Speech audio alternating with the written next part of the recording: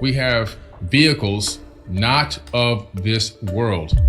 And they've shown up in broad daylight, and they've actually deactivated nuclear codes on live nukes. So let's stop pretending like we don't know that's happening, and let's talk about now what happens after contact is made, and cover it with solar panels that have the right capacity for conversion, and you can power the entire United States for free. That's all we would need. And so that's why the 0 point's being suppressed so hard. Enough is enough. People that used to hear me talk about UFOs and aliens and life on other planets, 10, 15, 20 years ago, are now all coming back to me saying, hey, I can't believe it. You were right the whole time.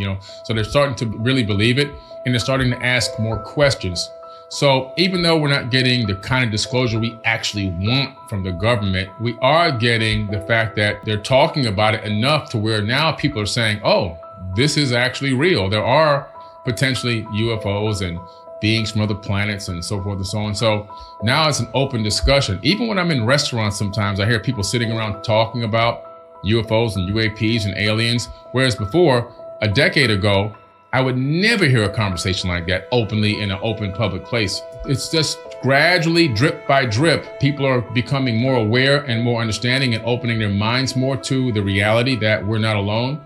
And they're starting to ask more questions. So the benefit of all of this Arrow and ATIP and all these other programs, the benefit that we do have at least is the fact that people are becoming more open to this information. Well, one of the advices that I have is to really, a bit of advice I have, I should say, is to really scrutinize the government's version of the facts. If somebody's just getting into this and they're basing their perspective only on what the Pentagon releases or what government press release says, then what they're going to find is they're really just following an agenda, which always is about follow the money. And so let me start with the government agenda first. The government agenda is to make money, and it always is. It's all about money and power. How does that work out in this particular case with UFOs and UAPs? Well, first of all, let's look at this. They renamed UFO to UAP, right? So they've taken they didn't want to be labeled as tinfoil wearing hat crazies like they told us we were, so they changed the acronym to UAP. That's number one. Number two, unfortunately, we've gone around the world already and brought democracy to a lot of nations. And through that method of bringing democracy to nations and taking over their resources and installing puppet dictators, we've really generated trillions of dollars and a lot of money through wars that were kind of really initiated on our own part. And there are no more countries to invade, and there are no more resources to steal. I'll just be quite frank with you. And so now it goes to, hey, well, what are we going to do now to continue to keep funding this war engine? Well, we got to make the Space Force. And so we're going to create this Space Force. We're going to relabel these things UAPs, and they're now a national threat. They're an international global threat to security even. We know that for a fact that veterans have come forward and testified in one of the very first disclosures that these vehicles have showed up live at flights. Flights are nuclear silos way out in the middle of nowhere, all around the world, not just in America. And they've shown up in broad daylight, and they've actually deactivated nuclear codes on live nukes. They didn't activate them, they deactivated them, sending us a message that, hey, you guys aren't going to use these even if you wanted to. And so they realized, hey, let's flip this. We know they've showed up, but we're going to turn this into a negative. They can access our nukes. They can destroy the planet whenever they're ready. We should be afraid of these beings. And so in order to do this, we're going to need to fund trillions of dollars of US tax dollars into this Space Force. When you analyze what they're really doing, they're saying we've run out of places to invade. We have no more wars to fight. So now we got to take the war to space. And these beings are our next natural enemy. And so they're going to use a fear tactic to make the hearts of Americans flutter, to get us to think that there's a threat in space that's coming to Earth to destroy us, and we have to now unify together to fight against this alien race, whoever they are. What we have to be aware of is that a lot of these UAPs, even like the Tic Tac incident, probably not UFOs from outer space, to be quite honest with you. The ones that are buzzing our ships and our Navy vessels and buzzing pilots in the sky, most likely, not all, but most likely the majority of them are ours. Black budget programs that have been funded with no congressional oversight that are being seen in the skies. And eventually what might happen, I'm not saying will, but might happen, is they may do another one of these Gulf of Tonkin incidents. You can remember Vietnam War. They lied about the Gulf of Tonkin incident to initiate the Vietnamese War. And in my mind, what they're doing is brewing up to the point where they'll take one of these UAPs that are black projects and have it appear to attack a ship, or maybe even actually attack one of our own ships, in order to drive more funding and revenue towards that Space Force and build space weapons for space, which gives them total space dominance over the entire planet. And so that's one thing we have to be aware of when we're looking at the narrative of only focusing on the government's perspective. Like Grush said, we have vehicles not of this world and bodies, fully intact bodies. So where are these things? Well, they're underground base somewhere, being reverse engineered, converting them into new high-tech black budget vehicles that are flying around, these, TR-3B and the Aurora projects and all these other projects that are supposed to exist, that are really not being held out front and saying, hey guys, this is our new technology, this is what we've got. Because if they do that, people are gonna say, hey, well, we want this technology because it can be utilized for things in civilian society that can make our lives better. So that's why they keep these things tucked away. They want to use them as war machines only and not give that technology to the people who deserve it. And so when you're talking about information that you can take a look at, you can watch After Contact, which is actually on Forbidden Knowledge TV. It's hosted by Nick Pope. And that show is talking about, we're already admitting that aliens exist and that these UFOs are real and that we have been getting visited. So let's stop pretending like we don't know that's happening, and let's talk about now what happens after contact is made. And then there's a host of people that come on the show from various different areas of science and research and language and law and everything else to hypothesize ways that we can handle the fact of the point of after contact. We know it's here, we know it's existing, and mankind moving forward in collusion or collaboration with these people. What does that look like? And then of course you have Dr. Stephen Greer, who has a lot of documentaries on Amazon Prime and Netflix that have hit #1 multiple times, which talk about, for example, the newest one, The Lost Century, which talks about all these suppressed technologies that we're not getting access to, that have been discovered from reverse engineered technology from these beings, and now have even gone into these new spaceships that even exist, that are, of course, whole technology that would free up mankind's problems for energy, for gravity, for water and everything else. But they're holding these technologies away in these black budget undisclosed projects. The 0 point is an interesting opportunity for us to really bring electricity and freedom to the entire planet. And so obviously once you get a third world country to level up and become a first world country, then they're afraid that the power struggle will shift and the boot will come off that country's neck, basically. And so that's why the 0 point's being suppressed so hard. There's a lot of other things out there that we can be working on as well, though, like perpetual motion generators, which have never truly been fully successfully done, but I believe that they are possible. There's a couple that have been taken over by eminent domain by the government, so we know that they can be created. And there's one a rudimentary one that I created myself that literally generates electricity enough to charge a phone or turn on a light bulb. It's got a problem that I need to engineer with torque and gear ratio, right? But these things are possible. Imagine having a magnetic generator that once you start it, the only electric charge you need is the little kick to start the generator. And then from there, it never turns off. And it's silent and generates electricity nonstop. It's not completely silent, but it's, maybe a half a decibel or so. And so these are things that can power people in the farthest reaches of even the jungle and give them electricity. And it's totally clean because all you have to do is just keep the ball bearings oiled every now and then, basic service to keep it running properly. And then, and of course, solar panels, which, like you say, harnessing the sun's power. The solar panels we have now are garbage. And I learned this because I invented this battery. It's a specialized AGM battery that can power a small house for about 4 days without being recharged. But it can also trickle charge from solar. And then it can also rapid charge when your power comes on. It's designed for brownouts. And through this process of creating this battery, I discovered that the solar panel I was trying to utilize only had a 15% maximum conversion ratio. And I'm like, 15%? Why is this not converting at 70, 80, 90%? I can understand some loss in the conversion process, but not that much. So I started looking. I said, maybe it's this product maybe it's this company I'm using. So I started looking for more solar panels. And every company I went to get solar panels, some of them were even 3%, 4%, 2%. I even found one that was 1% conversion. And I'm going, why are these panels not converting electricity? And so I contacted one company and they sent me the link to a government page. And basically it's a government order. No, it's a political order that they put into place. They got it passed a long time ago. And basically this bill bans the use of solar panels that can convert higher than 15%. And this has gone around the entire planet. There's no company that you can find on this planet that will give you a solar panel that actually converts power higher than 15%, which is the craziest thing I've ever seen.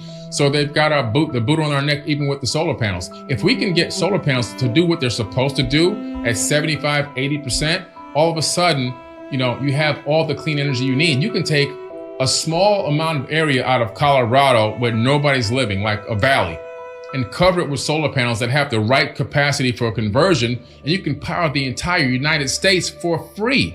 That's all we would need. But again, the powers that be, they put this limitation. They know this, so they put a limitation on solar panels conversion rates. So these are some of the things that need to be bypassed. And we're working on other technologies as well. There's a crystal that can actually store oxygen. And so this crystal can store oxygen, and it can also generate power when you apply pressure to it. So it can store oxygen and it can create power, or it gives off power or energy. Really, it gives off energy when you apply pressure to it. And it can be utilized even in an air tank. So air tanks can be reduced by 2/3 the size and weight, and increase the amount of oxygen supply by 2/3 more. And it's just a crystal that has the capability of harnessing and holding in oxygen and releasing it on a steady rate. And it can also, the same exact crystal can release electricity or energy, which can be converted into electricity. So these are some of the technologies that we're working on, and and looking forward to bringing to open source.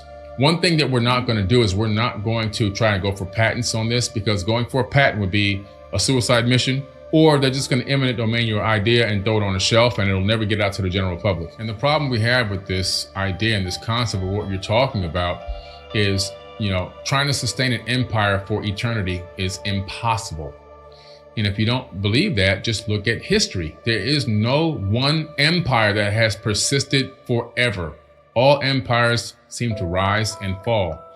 And so when you have especially a dark empire, the chances of it sustaining for eternity are pretty slim, because at the end of the day, people get fed up. It's our natural instinct to fight against adversity and to persevere above the darkness. It's just a natural instinct. We may go through cycles where we are, allowing ourselves to be oppressed for a period of time, but even that has a time limit, because people also get to a point where they say enough is enough.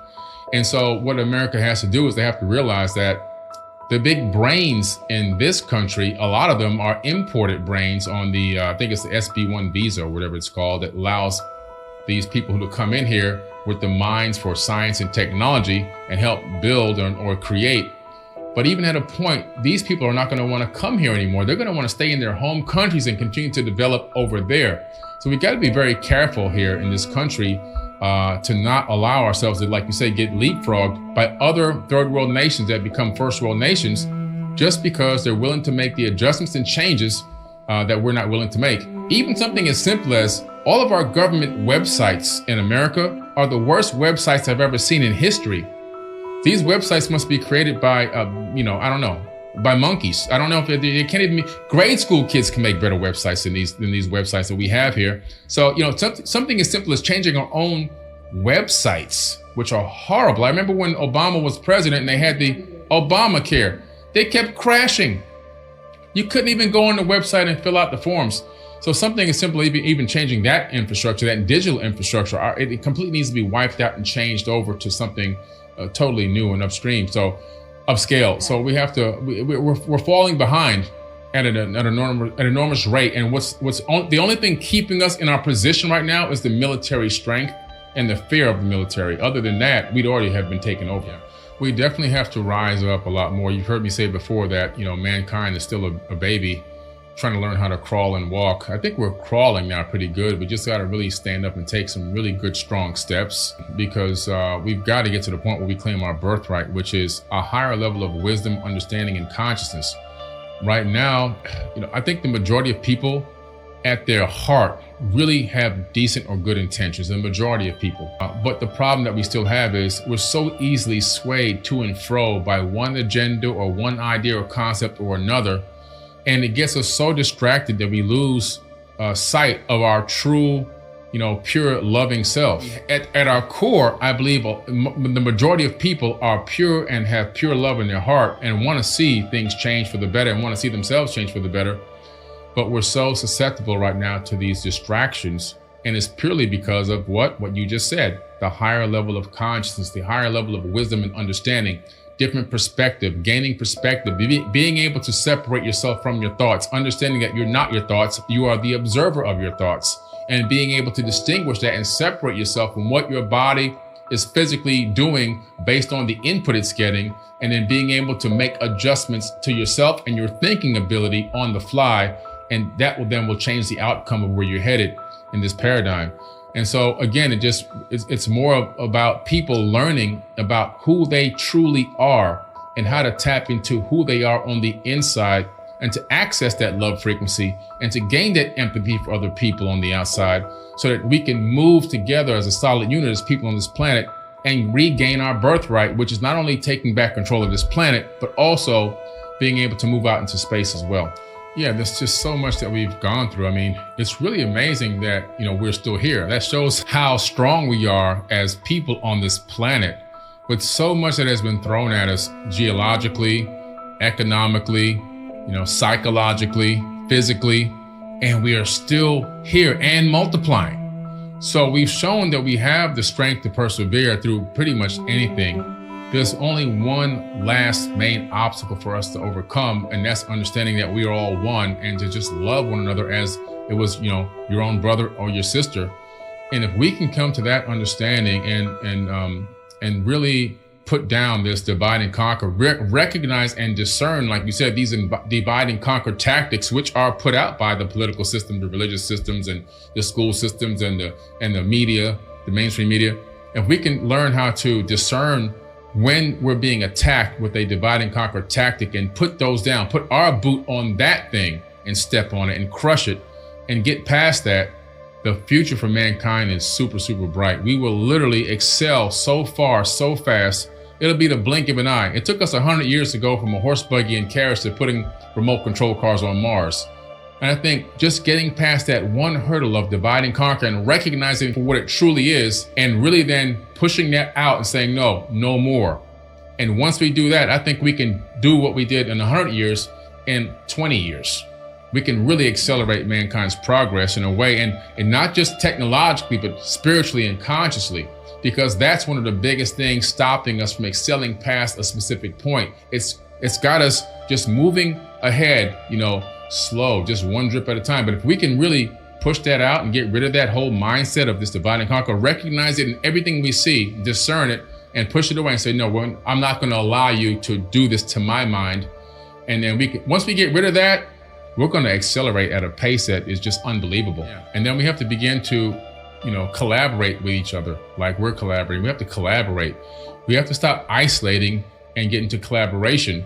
And we have to begin to work together. And we also have to make plans. We have to begin to organize. That's one of the biggest things we're not doing, is organizing as a whole, as a mass of people on the planet, and realizing, how do we change these systems? Well, we have to infiltrate them, right? It's like the old Trojan horse from, the Renaissance era.